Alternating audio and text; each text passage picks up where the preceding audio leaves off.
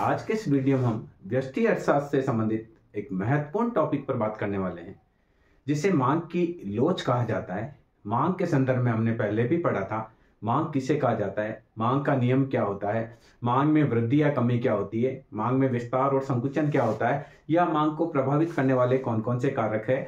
कई चीजों का हमने इसमें अध्ययन किया था। तब हमने देखा था कि मांग मुख्य रूप से 3 प्रकार की होती है। किसी वस्तु की कीमत में परिवर्तन से मांगी जाने वाली मात्रा में परिवर्तन होता है तो उसे कीमत मांग कहते हैं। किसी व्यक्ति की आय में होने वाली परिवर्तन से मांगी जाने वाली मात्रा में परिवर्तन होता है तो उसे आय मांग की संज्ञा दी जाती है। और तीसरी मांग की संज्ञा हमने देखी थी कि तिरछी मांग जो होती है, यदि x वस्तु की कीमत में होने वाले परिवर्तन से y वस्तु की जो मांगी जाने वाली मात्रा में परिवर्तन होता है उसे तिरछी मांग की संज्ञा दी थी। उसी क्रम में आज के इस वीडियो में हम ये देखेंगे कि मांग की लोच क्या होती है। जिस प्रकार से 3 प्रकार की मांग होती है उसी प्रकार से मांग की लोच भी 3 प्रकार की होती है। मांग की कीमत लोच, दूसरी मांग की आय लोच और तीसरी मांग की तिरछी लोच। तो एक्चुअली जो मांग की लोच क्या है, किसी वस्तु की कीमत में होने वाले परिवर्तन से मांगी जाने वाली मात्रा में कितना परिवर्तन होता है, इसका यदि हम माप करें तो उसे मांग की लोच की संज्ञा दी जाती है। इस प्रकार से अगर हम देखें तो जो मांग का नियम था वह एक गुणात्मक कथन था, जो ये बताता था कि वस्तु की आय बढ़ने पर मांग बढ़ रही है, यानी वस्तु सामान्य वस्तु है। आय बढ़ने पर वस्तु घट रही है, मांगी जाने वाली मात्रा घट रही है, इसका मतलब वस्तु घटिया है। या किसी वस्तु की कीमत बढ़ने पर भी मांग बढ़ रही है, कीमत के घटने पर भी मांग घट रही है तो वह वस्तु गिफिन वस्तु है। और सामान्य वस्तु जो होती है वो कीमत के बढ़ने पर उनकी मांग घटती है, कीमत के घटने पर मांग बढ़ती है। तो एक तरह से जो हमने मांग का जो भी अध्ययन किया वो एक गुणात्मक था, वो वस्तु के गुण को बताता था कि वस्तु गिफिन वस्तु है, निम्न श्रेणी की वस्तु है अथवा सामान्य वस्तु है। पर वहां ऐसे मेजरमेंट की कोई बात नहीं थी, तो हम कह सकते हैं कि वह क्वालिटेटिव सारी की सारी थियरी थी। आज की जो मांग की लोच है उसमें हम माप कर बताएंगे, और मांग की लोच कितनी है इसका गणितीय माप किया जा सकता है। तो हम कह सकते हैं कि जो मांग की लोच है वह एक गणितीय माप है, वह एक क्वांटिटेटिव माप है। तो मांग की लोच जैसा कि मैं पहले डिस्कस कर चुका हूं, 3 प्रकार की मांग की लोच होती है। मांग की कीमत लोच, किसी वस्तु की कीमत में होने वाले परिवर्तन से मांगी जाने वाली मात्रा में जितना परिवर्तन होता है, यदि हम उसका माप करें तो वह मांग की कीमत लोच कहलाएगी। यदि व्यक्ति की आय में जितना परिवर्तन होता है उसके अनुपात में मांगी जाने वाली मात्रा में कितना परिवर्तन होता है, यदि उसका माप करें तो वह मांग की आय लोच कहलाएगा। और यदि y वस्तु की x वस्तु की कीमत में होने वाले परिवर्तन से y वस्तु की मांगी जाने वाली मात्रा में कितना परिवर्तन हुआ है इसका माप करें, या y वस्तु की कीमत में होने वाले परिवर्तन से x वस्तु की मांगी जाने वाली मात्रा में कितना परिवर्तन हुआ, यदि इसका माप करते हैं तो वह मांग की तिरछी लोच कहलाता है। तो आज के इस वीडियो में हम ये देखेंगे कि मांग की कीमत लोच क्या है और उसको किस प्रकार से मापा जा सकता है। सामान्य रूप से किसी मांग की कीमत लोच निकालने के लिए क्या करते हैं, किसी वस्तु की मांग मात्रा में होने वाले आनुपातिक परिवर्तन को या प्रतिशत परिवर्तन को किसी वस्तु की कीमत में होने वाले आनुपातिक या प्रतिशत परिवर्तन से विभाजित किया जाता है, तो हमें मांग की लोच प्राप्त होती है।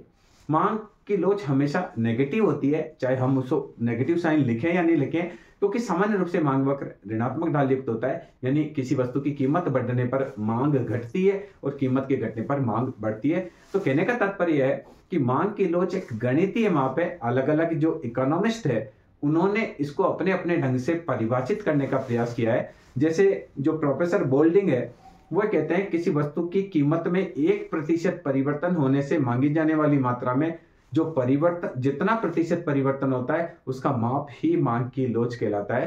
यानी बोल्डिंग क्या कहते हैं कि किसी वस्तु की कीमत में 1% परिवर्तन होने से मांग में कितना प्रतिशत परिवर्तन होता है। हो सकता है मांग में 10% परिवर्तन हो जाए, हो सकता है मांग में आधा प्रतिशत ही परिवर्तन हो जाए, हो सकता है मांग में भी 1% परिवर्तन हो जाए। जितना भी परिवर्तन होता है उसका माप ही मांग की लोच कहलाती है।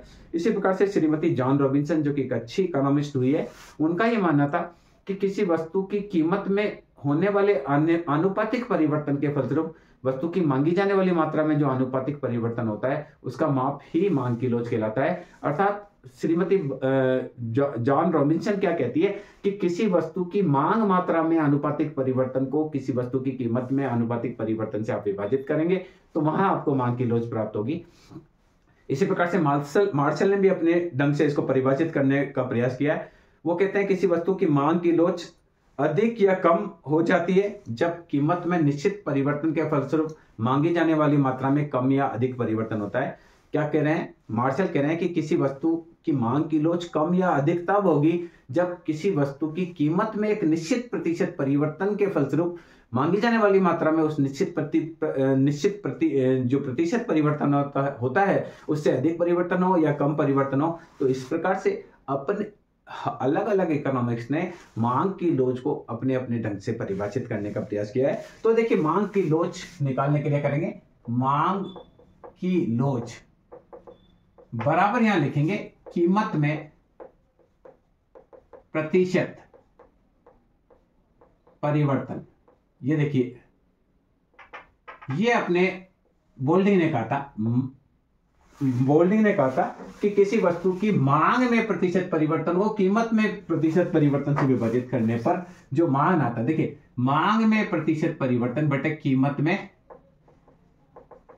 प्रतिशत परिवर्तन, ये बोल्डिंग ने कहा था। बोल्डिंग की परिभाषा देखिए, किसी वस्तु की मांग में प्रतिशत परिवर्तन को कीमत में प्रतिशत परिवर्तन से विभाजित करने पर जो मान प्राप्त होता है वही मांग की लोच कहलाती है। श्रीमती जॉन रॉबिन्सन ने कहा किसी वस्तु की मांग मात्रा में आनुपातिक परिवर्तन को किसी वस्तु की कीमत में आनुपातिक परिवर्तन से विभाजित करने पर मांग की लोच प्राप्त होती है। तो हम इसको लिख सकते हैं मांग में प्रतिशत या आनुपातिक परिवर्तन, दोनों को एक साथ ले लेते हैं, या आनुपातिक परिवर्तन, और नीचे अपन डिवाइड देंगे प्रतिशत या आनुपातिक परिवर्तन। तो देखिए, मांग की लोच निकालने के लिए करेंगे। अच्छा देखिए, पहले आप सोचिए प्रतिशत परिवर्तन किसको कहते हैं। प्रतिशत परिवर्तन निकालने के लिए परिवर्तन डिवाइडेड बाय पूर्व मूल्य गुणा 100। जैसे एक पेन का मूल्य 5 रुपए से 6 रुपए हो जाता है, तो कीमत में प्रतिशत परिवर्तन निकालो, कितना परिवर्तन निकालना है। तो देखिए, प्रतिशत परिवर्तन निकालने के लिए करेंगे परिवर्तन हुआ 5, 6 में से 5 घटाएंगे, डिवाइडेड बाय पूर्व रेट कितनी 5 गुणा 100। तो प्रतिशत परिवर्तन 1/5 गुणा 100, यानी कि पेन का रेट कितना बढ़ा 20%। तो इसी प्रकार से हम मांग की लोच में क्या करेंगे, प्रतिशत परिवर्तन को देखेंगे, मांग में प्रतिशत परिवर्तन को देखेंगे और फिर कीमत में प्रतिशत परिवर्तन को देखेंगे। तो यहां देखिए, मांग में प्रतिशत परिवर्तन होगा डेल्टा क्यू परिवर्तन बटे पूर्व मांग गुणा 100। इसी प्रकार से कीमत में परिवर्तन P, पूर्व कीमत P गुणा 100। यह है परिवर्तन डेल्टा क्यू, मांग में परिवर्तन, और जो डेल्टा P है वो कीमत में परिवर्तन। तो ये मांग की लोच के लिए देखो 100 से 100 कट गया तो आया डेल्टा क्यू बटे क्यू गुणा, ये उल्टा हो जाएगा तो P बटे डेल्टा P हो जाएगा, क्योंकि हमेशा 1/2/3/4 होता है, तो ये दोनों गुणा होता है, ये दोनों गुणा होते हैं। दो अंश और हर हो तो हम क्या करेंगे, पहले को चौथे से गुणा करेंगे। जैसे देखिए A बटे B दे रखा है और नीचे C बटे D दे रखा है, तो आप क्या करेंगे, A को D से गुणा करेंगे यानी फर्स्ट को 4 से गुणा करेंगे, और B को C से गुणा करेंगे यानी 2 को 3 से गुणा करेंगे। ये आपको ध्यान रखना है। तो हमने क्या करना है, हमने क्या किया, ये यूं का यूं ही रखा गुणा 100 और इसको उल्टा लिख दिया, उल्टा कर दिया। जैसे देखिए A बटे B बटे C बटे D था, तो आप यूं भी कर सकते हैं A बटे B गुणा D बटे C। तो ये देखिए 1 नंबर और 4 नंबर गुणा हो गया, 1 नंबर और 4 नंबर, B 2 नंबर, ये 3 नंबर, ये 2 नंबर और 3 नंबर आपस में गुणा हो गया। तो इस प्रकार से भी मांग की लोच की गणना की जा सकती है। तो यहां देखिए हमने क्या करना है, अब देखिए मांग की लोच निकालने का जो फॉर्मूला है वो फॉर्मूला हो जाएगा ED। अब देखो P और Q को साथ लिख दिया, P/Q और डेल्टा Q/डेल्टा P। ये ही मांग की लोच निकालने का फॉर्मूला है। क्या करना है, कीमत को क्वांटिटी से भाग देना है गुणा change in quantity divided by change in price. ये मांग की लोच है। देखो मैंने क्या किया, पी को और क्यू को साथ लिख दिया, क्यू डेल्टा डेल्टा को साथ लिख दिया, पी और क्यू को साथ लिख दिया। तो इस प्रकार से मांग की लोच निकालने के लिए क्या करते हैं, किसी वस्तु की मांग मात्रा में होने वाले प्रतिशत या आनुपातिक परिवर्तन में किसी वस्तु की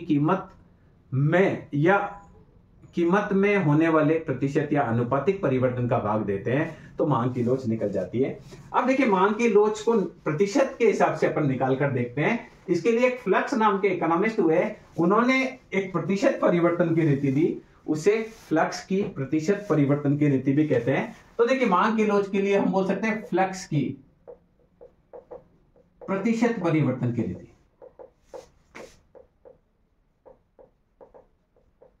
देखिए ये क्या कहते हैं, मांग की लोच निकालने के लिए मांग की कीमत लोच, तो आप क्या करेंगे, नीचे लिखेंगे कीमत में प्रतिशत परिवर्तन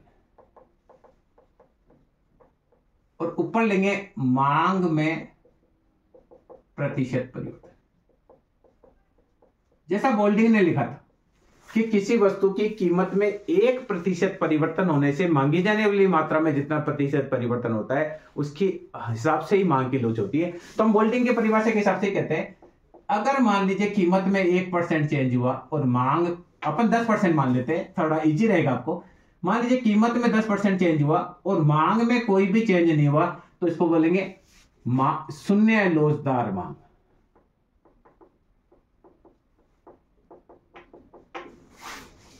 हो सकता है कि कोई वस्तु ऐसी हो, नमक है, कीमत बहुत ज्यादा परिवर्तन हो भी जाएगी तो हम नमक की मांग नहीं बढ़ाएंगे। तो यदि किसी स्थिति में ऐसा होता है कि कीमत में प्रतिशत परिवर्तन हुआ 10% पर मांग में कोई भी परिवर्तन नहीं हुआ, तो मांग की लोच शून्य लोचदार होगी। दूसरी कंडीशन हो सकती है कि कीमत में 10% चेंज हुआ, मांग में 4% ही चेंज हुआ, तो 0.4 1 से कम, तो बोलेंगे इकाई से 1 से कम लोचदार, इकाई से कम लोचदार मांग की लोच, या मांग की लोच इकाई से कम लोचदार है। तीसरी कंडीशन हो सकती है कि मांग में भी, कीमत में भी 10% परिवर्तन हुआ, मांग में भी 10% परिवर्तन हुआ, तो यहां 1 आएगा, तो इसको बोलेंगे इकाई लोचदार। चौथी कंडीशन हो सकती है कि कीमत में 10% चेंज हो, मांग में 50% चेंज हो जाए, तो आएगा 5 ग्रेटर देन 1, तो बोलेंगे इकाई से अधिक लोचदार।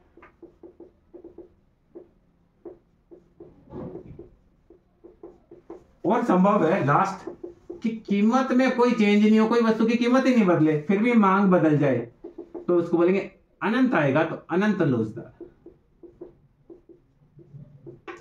तो जो मांग की लोच है वो देखिए 0 से लेकर अनंत तक होती है। तो मांग की लोच 0 से अनंत तक होती है। मांग की लोच का मान कहां से कहां तक होता है, अनंत, 0 से लेकर अनंत तक होता है। तो मोटे रूप में मांग की लोच को 5 भागों में बांटते हैं। शून्य लोचदार मांग, इकाई से कम लोचदार मांग, इकाई के बराबर लोचदार मांग, इकाई से अधिक लोचदार और अनंत लोचदार मांग होती है। यदि किसी वस्तु की कीमत में 10% परिवर्तन हुआ या मांग में कुछ भी परिवर्तन नहीं हुआ, तो ऐसी मांग की लोच को हम शून्य लोचदार कहेंगे। किसी वस्तु की कीमत में जितना परिवर्तन होता है, जैसे यहाँ 10% परिवर्तन हुआ और मांग में 4% ही परिवर्तन हुआ, यानी 10 से कम प्रतिशत परिवर्तन हुआ, तो जब मान आएगा वो 1 से कम आएगा, तो हम उसको बोलेंगे इकाई से कम लोचदार। यदि किसी समय में जितना कीमत में प्रतिशत परिवर्तन होता है, मांग में उतना का उतना ही प्रतिशत परिवर्तन होता है, तो ऐसी स्थिति में हम मांग की लोच को बोलेंगे इकाई के बराबर लोचदार। यदि किसी स्थिति कभी ऐसी स्थिति आती है कि जिस अनुपात में कीमत में परिवर्तन होता है, मांग उससे ज्यादा बढ़ जाती है, जैसे यहाँ 10% कीमत बदली पर मांग 50% बदल गई, तो ऐसी स्थिति में मांग की लोच का मान 1 से अधिक आएगा, तो उसको इकाई से अधिक लोचदार कहेंगे। और लास्ट क्या हो सकता है कि कीमत में कोई परिवर्तन ही ना हो। मान लीजिए हमारे घर में दूध 50 रुपए किलो आ रहा है और दूध हम 2 किलो ले रहे हैं, मेहमान आ गए, कीमत में कोई चेंज नहीं हुआ, पर मेहमान आने की वजह से हम 2 किलो की जगह 4 किलो दूध ले रहे हैं, कीमत में कोई भी परिवर्तन नहीं हुआ, पर मांग बदल गई, पहले 2 किलो लेते थे अब 4 किलो ले रहे हैं, तो कीमत में कोई परिवर्तन नहीं होता है, मांग में परिवर्तन होता है, तो अनंत आएगा, क्योंकि किसी भी संख्या के नीचे शून्य का भाग देंगे तो इन्फिनिटी आता है। तो इस प्रकार से जो मांग की लोच होती है उसका मान हमेशा 0 से अनंत तक होता है। तो मैं समझता हूं इस वीडियो के माध्यम से आप समझ पाए होंगे कि मांग की लोच किसे कहा जाता है। सामान्य रूप से किसी वस्तु की मांगी जाने वाली मात्रा में जो प्रतिशत या आनुपातिक परिवर्तन होता है, उसको यदि हम कीमत में होने वाले प्रतिशत या आनुपातिक परिवर्तन से विभाजित करते हैं, तो जो मान प्राप्त होता है उसे ही मांग की लोच कहा जाता है। मैं समझता हूँ मांग की लोच को समझने में यह वीडियो उपयोगी रहेगा। अगले वीडियो में हम मांग की लोच की श्रेणियों के बारे में बात करेंगे। धन्यवाद।